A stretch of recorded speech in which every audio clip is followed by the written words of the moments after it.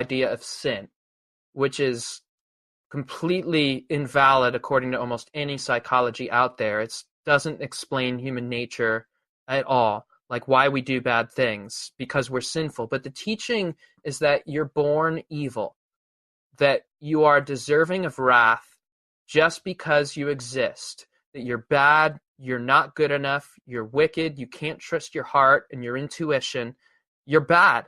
And it's systematic shaming, it's soul trauma, it's a very deep wounding, the idea of sin. And this message is really a very simple message. It's essentially that you're bad. Just like sexual repression, the message that people take away is that sex is bad. That it's very simple. These heart level 1 or 2 sentences are things that we actually end up taking away.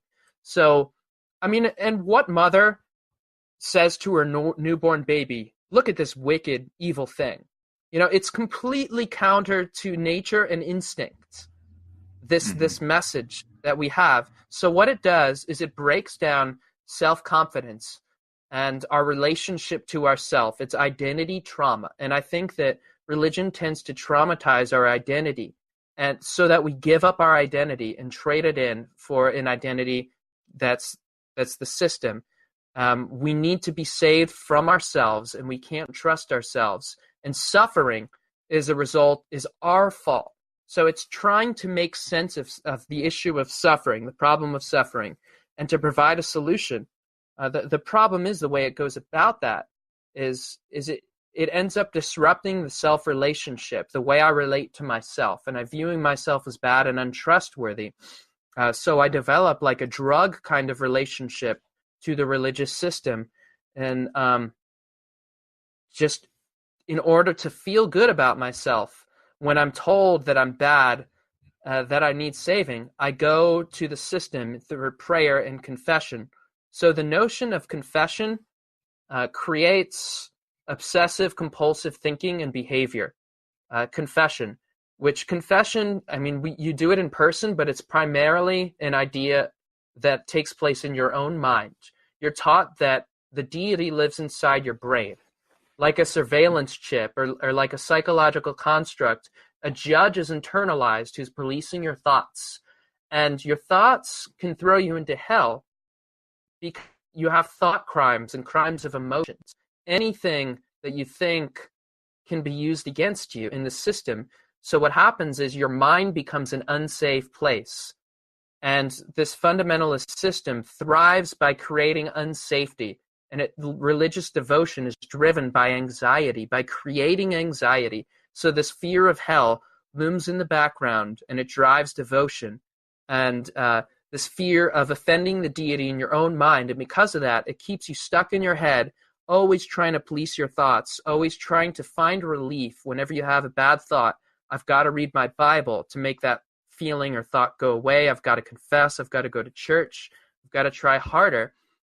And it's this vicious cycle of anxiety. And it creates these compulsive rituals of spiritual disciplines that drive you to the system to find relief. But the behavior of confession or Bible reading or good works reinforces the judgment that you're trying to hide from, that you're trying to get away from, because it reinforces the message that you're a sinner needing grace. So it's this cycle that keeps on going. It's like an addiction. It cultivates an addictive quality to it, and it creates obsessive compulsive thoughts. It creates anxiety, tremendous anxiety. It exaggerates threats. So like, for instance, demon possession is a threat that's given, or preachers will often say, you could die at any moment.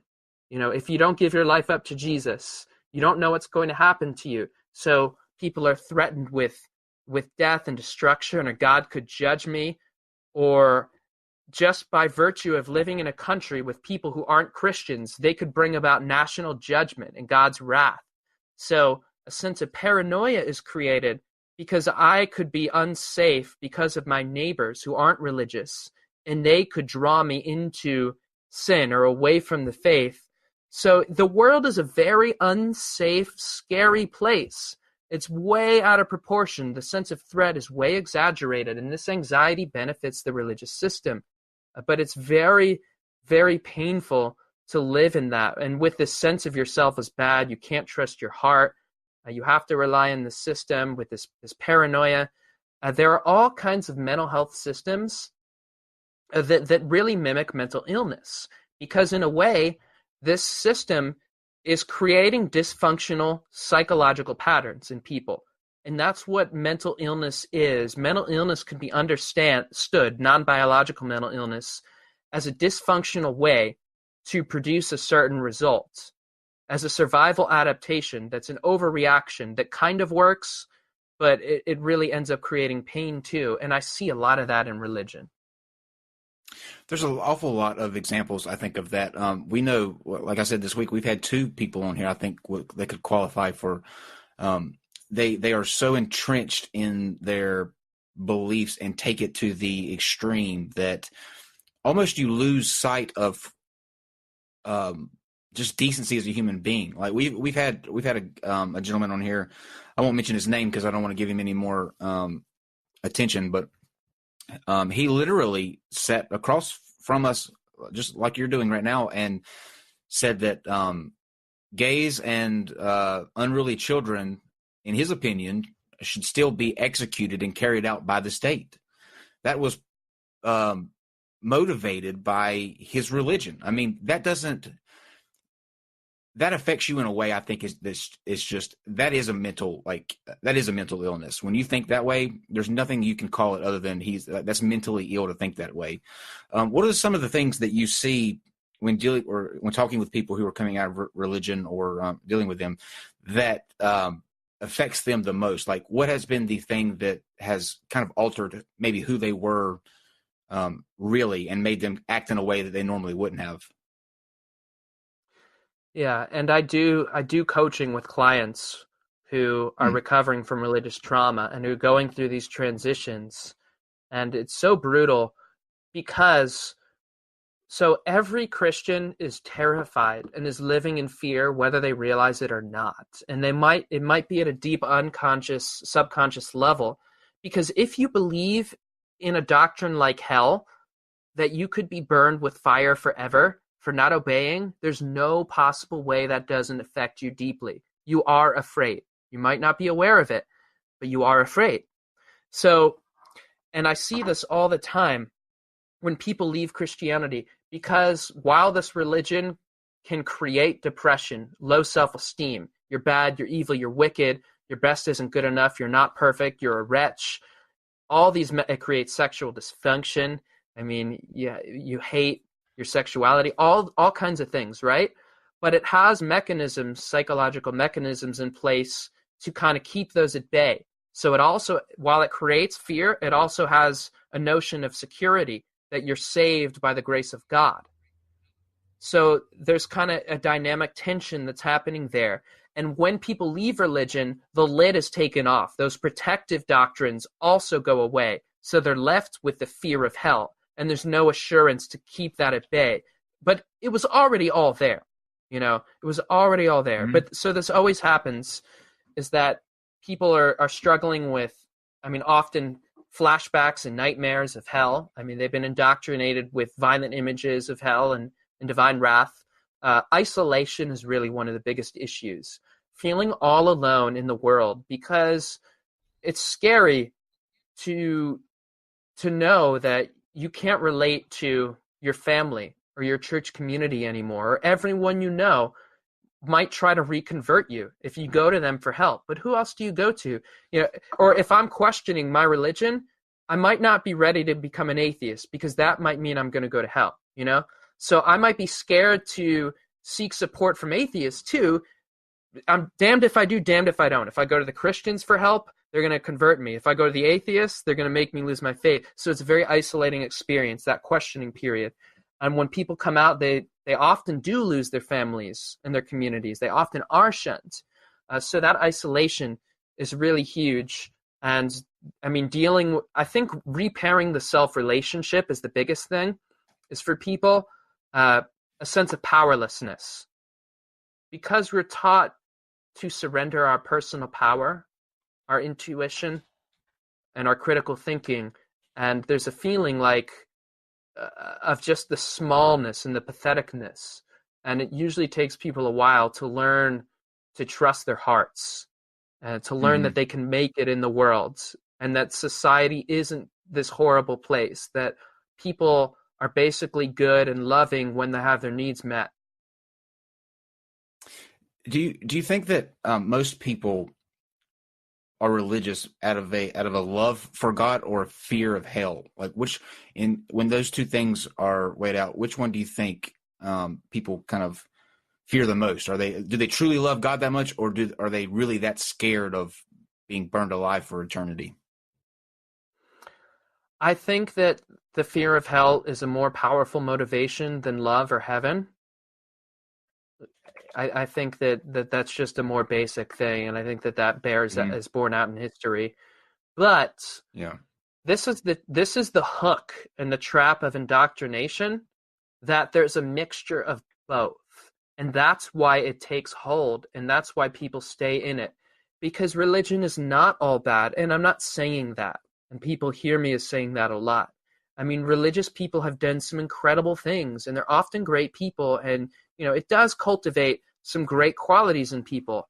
I acknowledge that. But there's a mixture of love and fear, and that's the problem. And a relationship with God looks just like an abusive relationship. And people stay in abusive relationships because there's a mixture of good and bad. When someone Mm. has an abusive spouse or partner, the reason that she wants to stay with him is because, maybe he's a really good guy. He could be funny. He could provide you with love and support. And it's hard to leave that. And most of what he does is good, but every so often he says, I'm going to kill you if you leave me. I'm going to kill you if you think about other gods or other lovers, or start flirting with secular society or having sex. And that's where the abuse is. It's the mixture. The mixture is confusing. If it was all bad, it would be obvious and everyone would leave. So that's really the problem there. What about the how does the psychedelics, how do they play into this journey? Because Steve and I were talking about doing actually an episode on this because I think it's fascinating. Just the whole theory and things that are associated with that. By the way, just as an aside, are you familiar with the stoned ape theory? Not by name. The theory that a when before we became the final form that we are now, our ancestors um, in the in the transition phase found a mushroom and ate the mushroom, and that's what kind of brought on consciousness. That unlocked certain areas in the brain, and that became sort of what ultimately led to our consciousness and being aware. I've heard that before. I think it's a fascinating theory. I don't know that we can really get any kind of proof for that, but Yeah. I mean, there are definitely psychedelic plants and fungi and animals. These compounds have Hmm. been with humanity for millions and millions of years, far longer than religion, and they've been used for spiritual practice and psychological and physical healing far longer than religion, and they're still being used that way today. But for me, psychedelics were one of the most integral parts of my healing journey. When I had left religion, I was crushed. I would lost my identity, my community, my career, everything. And it was just so traumatizing, such a traumatic experience. And so I was introduced to psychedelics, to mushrooms, and I was amazed. My mind was blown open at just how much healing I derive from these. And I mean, there's so much scientific study being done right now uh, on how these medicines are effective in treating depression and PTSD, all kinds of conditions. But more than that, they helped me reconnect with myself, with my sense of purpose, and what I call spirituality. I don't necessarily mean in a theistic sense, supernatural sense, but they really blew my worldview open. These medicines, and I think So they what? have that potential to help people leaving religion, because I think part of the reason that